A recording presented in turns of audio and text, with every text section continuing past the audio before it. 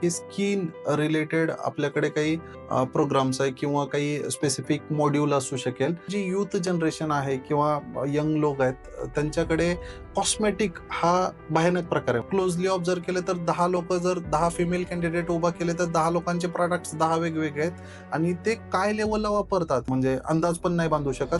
तर हे आहाराने जे काही तुमच्या वेबसाईटवर लिहिलंय ते पॉसिबल आहे का आणि असेल तर ते कसं?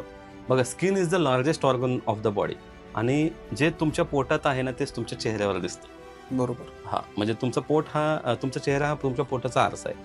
जर पोटात चुकीच्या गोष्टी गेल्या ना तर त्याच्या चेहऱ्यावर खराब दिसणारच तुम्हाला.